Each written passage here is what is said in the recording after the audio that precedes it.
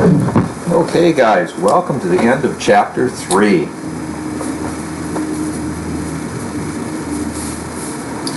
We've been working on scheduling, but every once in a while we have digraphs that aren't really digraphs. They're just a list of tasks with different times. And what you need to do is you need to schedule them. It's kind of like a packing problem, stacking things in. We refer to these as independent tasks. Now what's neat about independent tasks is that you have great flexibility. So the critical path algorithm really changes in to a decreasing task time algorithm. In other words, since there's no arrows, you just find the largest task and do it first. It's much like packing a car or a van. You put the big things in and then the smaller and the smaller and the smaller as best you can. So let's do an example of this. Let's have a task times.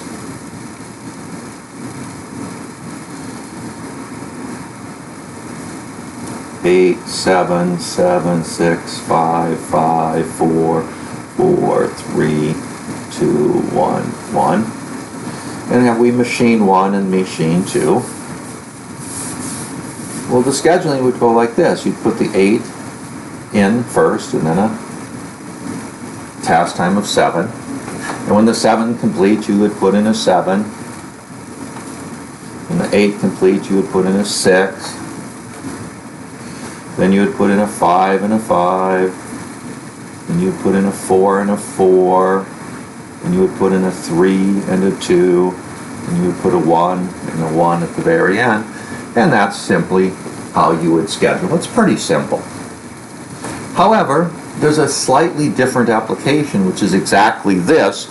And it's kind of like an Amazon problem or another problem. In other words, it becomes the same idea, but it's like a stacking / bin packing problem. So what we do is we think of the people now rather as scheduling people, but placing packages into larger boxes. So here's a bin. Here's a bin. And we have lots of bins. We're going to pack things. Now, the algorithm we're going to use to pack are going to be quite interesting because we're going to focus on different kinds of things.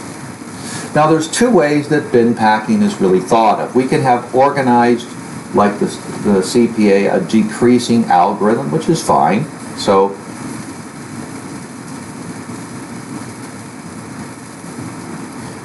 organize the packages to pack.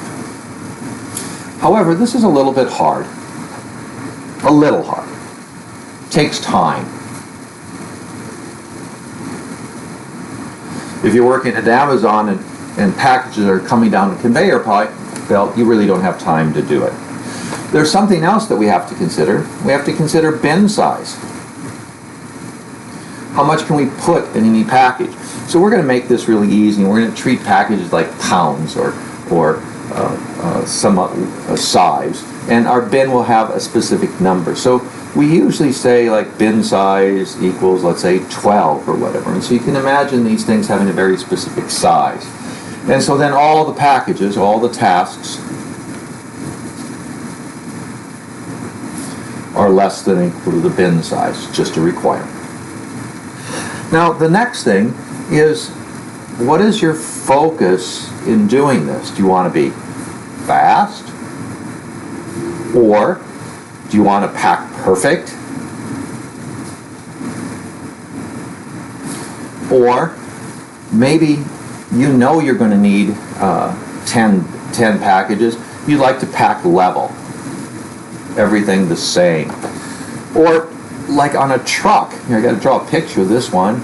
Maybe you're this big truck and you want it really tall in the front and you want it to go down like this in the back, so for safe reasons, as you're traveling, things don't shift and fall, but as you brake, everything is stable in the braking condition. Very hard to accelerate a truck. So maybe you want this type of packing. So it really becomes a question of how you want to pack the bins as kind of a focus of what you're going to use. So I'm going to show you one bin packing algorithm. And this one is for total speed. And what I want you to think of is I want you to think of a conveyor belt with packages coming.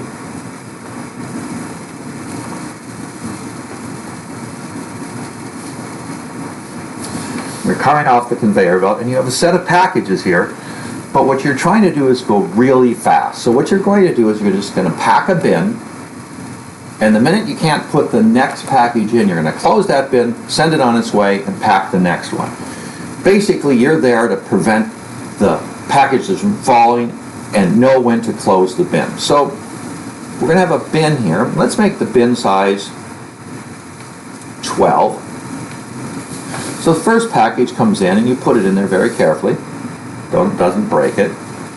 Next package comes 7. And because this is for high-speed work, you're going to immediately close this out, open a new bin, and put the 7 in there next.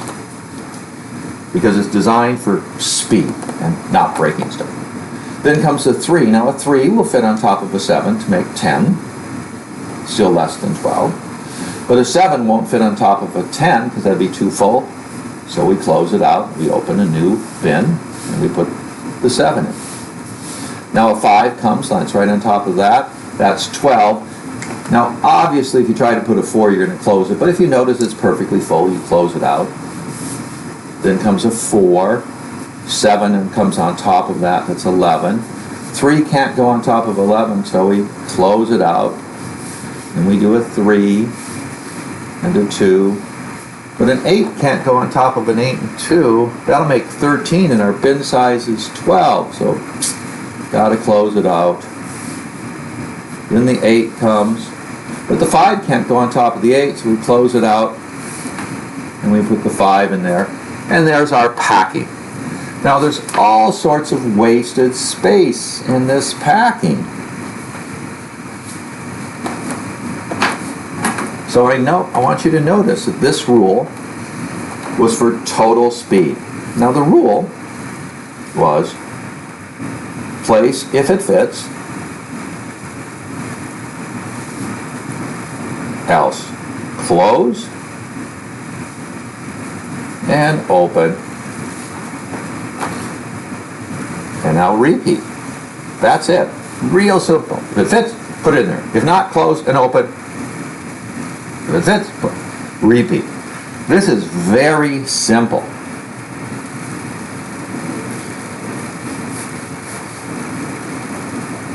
Now, let's observe that it's so simple, the person running it doesn't have to remember how much space is there, because when he closed it, he taped it up and sent that box on its way. Now, he might have put a ghost poo on top of there. That might have been part of the process, but yeah, this packing doesn't have much sophistication to it. So, let's add some sophistication to that packing. Let's take the same numbers. 8, 7, 3, 7, 5, 4, 7, 3, 2, 8, 5. Let's take the same list of numbers. Let's take the same bin size. But let's allow some package to say open. So in other words, when we put the first 8 in, and when the 7 comes in and can't go on top of it, we're not going to close the bin. We're going to leave it open. And now we're going to scan from left to right amongst our open bins. Now right now we start with 1, but we couldn't get the 7 in. We were forced to open a second bin. So I'm going to put a little O under here. Open, open. And here went the 7. Now, I'm not going to open another box until forced. So opening is going to be forced in this algorithm. You don't open unless you can't place a package. So here we go. 3, can it go on top of an 8? Sure. The bin size was 11. 7, can go on top of 11? Nope. On top of a 7? Nope. forced to open. And here comes a 7. Now, here comes a 5, starting again from the left, going to the right. Does it fit on top of an 11? Nope. On top of a 7? Yes. That's a 12. And now we're going to close that because it's perfectly fit. Now comes a 4. Can it go on top of an 11? Nope. Skip. Can it go on top of a 7? Yes. Now comes a 7. Nope. Nope. Forced to open.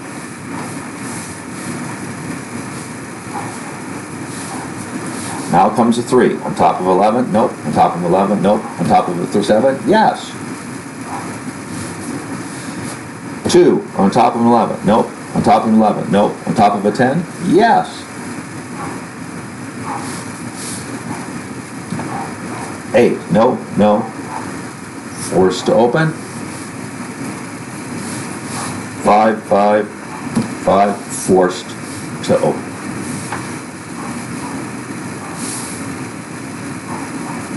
Now, I want you to notice that the packing before required 1, 2, 3, 4, 5, 6, 7 bins. This package right now required 1, 2, 3, 4, 5, 6 bins. Looks like this one did a little bit better. So, this packing, what's its rule? Well, first off, the old rule was you were forced to close and open in order to combine stuff. This one, you're forced to open. In fact, if you don't even think about these closures, you just answer no as you're considering them. You're really not forced to close. It's happened. And how do you place? Check from left to right if a package fits. If not, forced to open. Check from left to right if the package fits. If not, and repeat over and over again. Now, this requires a reset where you go back to the left and scan. When you scan, that means you have to compare the package to the space available and ask if it fits. It's the same as the other one, but you do it many, many more times. All right, it produced a little bit better. But now there's some problems with this. You might have exterior rules, human rules, ancillary rules that only allow 3 open bins at a time. You don't have room for 20. So you might have an additional algorithm that says, well, don't have more than 4 bins open. If you have a 5th one, close the biggest one that's full, something like that. A very normal type process. Now, let's give these guys names. So, this one here, where all you're doing is you're getting a package, think of the guy yelling, next! Package comes, he puts it. It's called next fit. That's it. It's often called the idiot's algorithm, because you don't have to have much of a brain to run it. Now, this algorithm has gone from left to right. Some people actually call it the left to right algorithm, but the book calls it first fit. Now, the word first tells you there can be more than one spot, and so there's a scanning involved. We scan from left to right. I could see an Islamic or Arabic language scanning from right to left, because that's the way they read. So first needs to be defined. I mean, it could be by bin number, whatever scanning rule you're using, doesn't matter. Well, I'm now going to cause the scanning to be a little bit more better, terrible word. So let's do this again. 8, 7, 3, 7, 8, 4, 7, 3, 2, 8, 5. And this time, oh, I think I missed a 5 after the 8. 8, that was not an 8, that was a 5. 8, 7, 3, 7, 5, 4, 7. Okay, now, this one, same idea. I'm going to scan, but when I scan for where to place it, I have 2 choices. I'm going to replace my scan idea I'm not going to go from left to right. I have two reasonable choices. One, put in most space, or put in least space.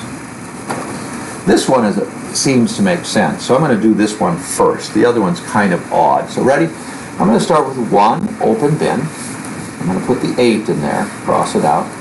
Now comes the 7. There wasn't room because our bin size is 12, so it's open and I put the 7. But now when it comes to 3, I have here and here two places it can be put. The idea of putting it in the least space would put it here. The idea of putting it in the most space would put it here. Now, trying to get pins packed perfectly, it seems makes sense to try to put it in there. So I'm going to put it in the least space available. So I put a package 3 in a space of 4, not a package 3 in a space of 5. Now comes the 7. No room, no room. Need to open another. Now comes the 5. No room. Both of these have room. They both have space 5. So I'm going to put it in this one. This doesn't matter. They have the same space. Now comes a 4. Nope, nope. Forced. So notice, I'm not getting to use the rule very often because I don't have choices. That's just like the priority list. You don't always use it. But when I do have a choice, I want these things to go into the bin with the least space available. Now comes a 7. Have to open another one. Now comes a 3. Doesn't fit, doesn't fit. Only goes here. No real choice. And then comes a 2. Nope, nope. Have to go there. So I noticed this rule hasn't come into play very often. That happens. I want to show you what the packing works when you're using this rule. Looks a little different. You can use these same numbers. 8 goes in. 7 goes in. 3. I'm not going to put it on top of the 8. I'm going to put it on top of 7 because there's more space. Need to open something for the 7. Now the 5 doesn't work here, doesn't work here. It's forced there. But I want you to notice this packing started different than this packing. Now what's neat about this packing is when the 4 comes, look it fits perfectly on top of that. 7 comes, goes here. 3 comes, can't go on top of the 10, go here. 2 comes right there. And then comes an 8 and a 5. This packing, putting in the most space, is the one that tries to fill up the available spaces the most, or keep them level. This one is simply trying for perfection. But this one has a really interesting one. This one, put into the most space amongst the open bins, is a very unusual packing, but it is used commonly in the industry. This packing, when you put into the least space, is called best fit, because it's the best being put in the least space, and this one is called worst fit. Worst fit is an excellent packing. It's for safety. It's good for trucks, and especially planes that try to level things out. This one works really well if you have lots of packages that come that are small and you have a habit of filling up, and it has a property that it achieves many perfect fits. So you're not wasting packing time. Well, that gives us a first fit, a next fit, worst fit, a best fit. Each of them carry their own characteristics that you're trying to do. Next, very easy. Fast. First, moderate. And at least it's trying to use the space. It's an attempt to use space. But it doesn't require very much thought, no comparison. Now comes best and worst, and these require thought. They require comparison. In general, this is the order of improvement of how well they perform. Now, do they perform really well? Well, one way to judge a packing is what happens if all the packages are full except for one. It has some extra space. So that would be a perfect packing. There's no place for those to go. That would be optimal. So one rule about optimality with packings is just ask, how many bins am I going to need? Just take your total packages, divide by bin size, and round up. And that will tell you the minimum number of bins you're going to need. And if you hit that, you're optimal. From there on, there are not very many easy ways to answer bin packing optimality. It's just simply, have I used the minimum required bins? And if the answer is yes, we might say that we're optimal. Bin packing is a very useful thing. It can be used for cutting pieces of wood from other woods, when you're cutting pieces of wood off. Well, in reality, think of it the opposite way. You're packing sizes onto woods before you cut them. How do you want to achieve it? Do you want to work well? You might work down and choose worst or best fit. Now, any bin packing can also add